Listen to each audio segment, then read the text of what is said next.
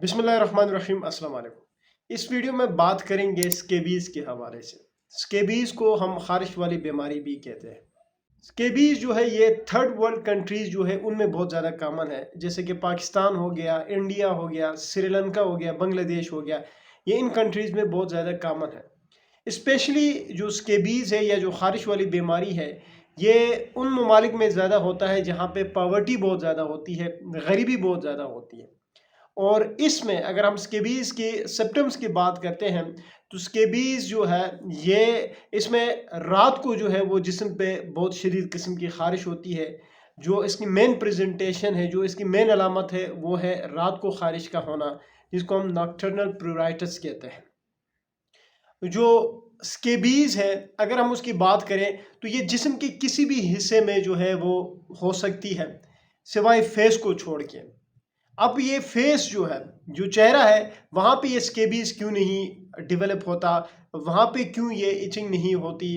तो उसकी वजह ये है कि फेस पे बहुत सारे सेबेशियस ग्लैंड्स होते हैं, और ये जो सेबेशियस ग्लैंड होते हैं ये सीबम सिक्रीट करते हैं, जिसको हम ऑयल कहते हैं। और ये जो सीबम होता है, ये जो जिस कीड़े की वजह से ये स्केबीज़ या जो खारिश वाली बीमारी होती है ये उसको मार देती है, जिसकी वजह से चेहरे के ऊपर जो इचिंग है वो नहीं हो रही होती।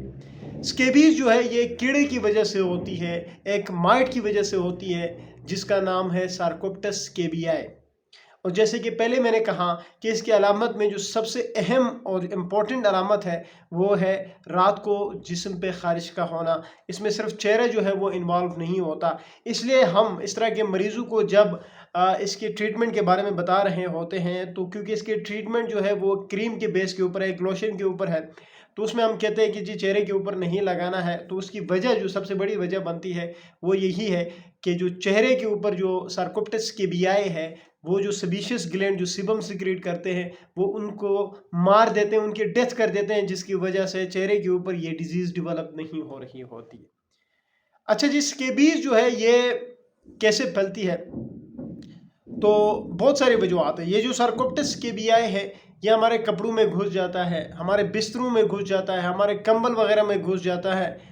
और जो ही ये इन चीज़ों के अंदर घुस जाता है तो ये बहुत सख्ती से उस पे जो है वो चिपक जाता है। और जब हम उनके कांटेक्ट में आते हैं इन चीज़ों के, तो उसके बाद ये जो स्केबीज़ है वो हमें होने लग जाती है। याद रखिए जो स्केबीज़ है ये डायरेक्ट कांटेक्ट से भी फैलती है, यानी किसी शख्स को स्केबीज़ हो चुकी है, किसी को खारिश वाली बीमारी हो चुकी है, तो आप जब उसके कांटेक्ट में आते हैं, उसको टच करते हैं, तो वो फिर आपको भी हो सकती है। लेकिन उसमें शर्त यह है कि ये जो कांटेक्ट टू कांटेक्ट है, पर्सन टू पर्सन कांटेक्ट है, ये कम से कम 10 मिनट का होना चाहिए। ऐसा मुमकिन नहीं है कि आपने हाथ मिलाया या आपने गले लगाया तो ये स्केबीज़ आपको हो। कम से कम 10 मिनट का अगर कांटेक्ट होगा तो ये जो कीड़ा है सार्कोप्टेस स्केबियाई, ये आपके जिस्म के ऊपर भी आएगा और ये जो है वो इचिंग करना शुरू कर देगा।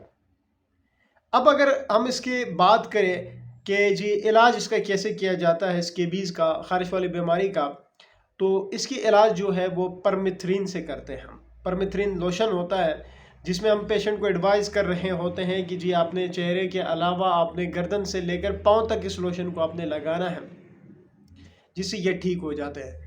बाज़ औक़ात ये जो इचिंग है वो सीवियर किस्म की होती है, मतलब सिर्फ परमेथ्रिन से ये ठीक नहीं हो रही होती है, तो फिर हम एंटी एलर्जिक जो मेडिसिन होते हैं उसकी तरफ भी जाते हैं, और साथ ही इवरमेक्टिन जो है वो भी हम इस तरह के पेशेंट्स को प्रिस्क्राइब कर रहे होते हैं। तो ये छोटी सी वीडियो है, शॉर्ट सी वीडियो थी स्केबीज़ के हवाले से, क्योंकि डिटेल में स्केबीज़ क्या होता है, इलाज कैसे किया जाता है, वजूहात क्या होते हैं, कैसे फैलती है ये बीमारी, प्रिवेंशन क्या है, इन सारी चीज़ों के ऊपर हमने वीडियोस बनाई हुई है।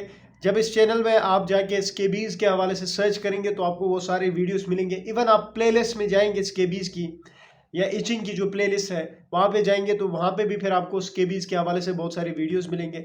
उम्मीद है वीडियो आप लोगों को अच्छी लगेगी। Thank you.